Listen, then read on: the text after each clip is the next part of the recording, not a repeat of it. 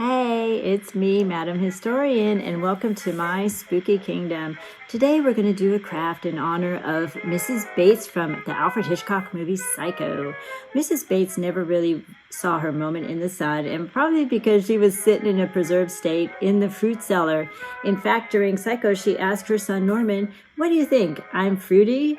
And yes, Mrs. Bates, we do think you're fruity. So we're going to do a craft in honor of you, a shrunken apple head ornament for our morbid trees. All you need is the apple and a lemon, and of course the knife, but maybe not this big knife. How about this little baby knife for some paring? Then we also have some gray yarn for your beautiful wig. After we do so, we're gonna do this. We're gonna mutilate this apple. We're gonna smear it with the lemon. And we're going to stick it in the oven for 4 to 6 hours till she shrinks up to a little tiny head. Then we're going to decorate it and stick it on the tree just as Norman would have intended. So stay tuned. We're going to go through the whole thing and enjoy the movie Psycho while we're at it. I haven't actually done an apple craft like this since probably elementary school, junior high in the 1970s. So we're going to see how this turns out. But if you're familiar with Vincent Price, he actually had a little toy set that you could buy in the 70s from Vincent Price that was like shrunken apple heads. Isn't that the funnest thing? I found one online and I thought that was so amazing. So back to Mrs. Bates. The poor thing, she suffered a lot. She was poisoned by her own son with strychnine. Norman poisoned both her and her lover. And the people found them in bed, as they like to say in Psycho. So Norman had such a bad reaction to this matricide that he committed that he actually created Mrs. Bates inside his mind. So it wasn't, well, first he tried to save her body. Here we go. Aren't these the cutest? Norman wanted to preserve his mother and her sweet memory. He says he had a lovely childhood. So he preserves his mother by keeping her in the fruit cellar and using his talent. We're going to do one more apple. Using his talent at taxidermy to preserve her body intact. So she turns into a little mummy, keeps her in the fruit cellar. Apparently that wasn't enough. He had to adopt her personality as well. And then he could actually talk to her. Inside his mind, he would have conversations with her. She was very jealous mother. So when Norman tried to, when he found himself attracted to other women, the mother side of him would come out, would murder the person. He killed actually 2 girls, plus the private investigator and Marion Crane. The mother would come out. The mother inside of Norman would come out and murder these people brutally, bury their bodies in the swamp. And there you go. So you do not want to stay at the Bates Motel. What Norman did at the very end of Psycho was he hid his mother in the fruit cellar. And she says to him, she goes, "What do you think? I'm fruity?" That's what inspired his little crafts.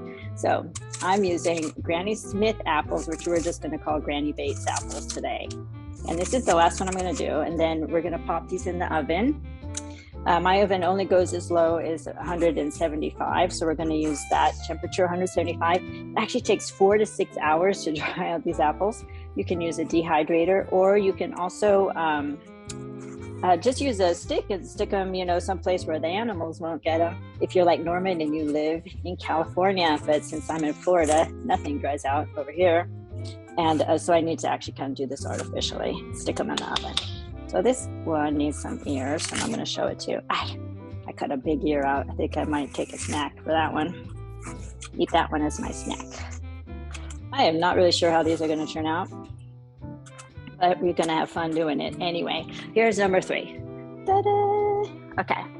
Here's what we have so far. Here's our apples and the little faces, and here's our lemon water. So what we're going to do is dip these apples, here we go, right in this water. Take a little bath. And then set them out to dry for a minute. And then we're gonna stick them in the oven for probably 4 or 6 hours. It's gonna take a while.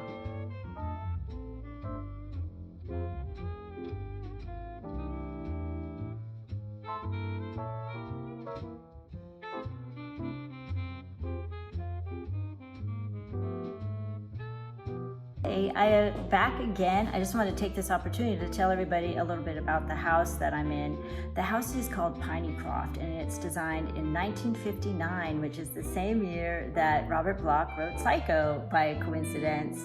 It is a 32-foot tall A-frame, you can see in the background, designed by architect Clifford Wright, no relation to Frank Lloyd Wright, for the Meyer family, and that loft was used as the master bedroom for some time until an addition was made in 1999. We have 22 skylights, and all kinds of animals like to come into our house. So we do have a woodpecker that likes to live upstairs outside, but pecking away. And we've had lots of creatures, including one time a full-size peacock came and lived in our yard for a couple of days. It's a really fun place, and we are so honored to be able to steward it as long as possible and get it to the next generation. So what I'm doing is I'm wrapping up each apple like this, and I put some hot glue on the top of the apple. She looks a little bit like Jacob Marley in Charles Dickens' Christmas Carol, but there's one I've got finished, and what I did was make a little lady buns on the side, and I'll show you a finished one in just a minute.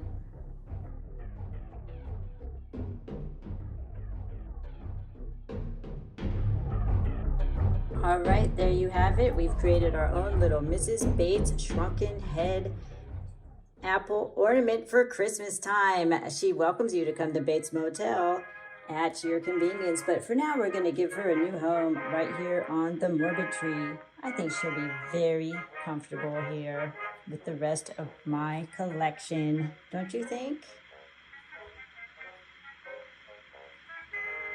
Here she is, hanging out on the Morbid tree. Happy holidays, everyone. All right, so what did you think of that craft? That was so much fun. And while Norman is cleaning up his motel room, I gotta get back to that kitchen and fix up what a mess I made. But I hope you really enjoyed this, and I'll think of something new. If you have any ideas, go ahead and send them to me, and be sure to check out Alfred Hitchcock Geek for more material, and we'll see you all soon. That's a wrap. I messed up again.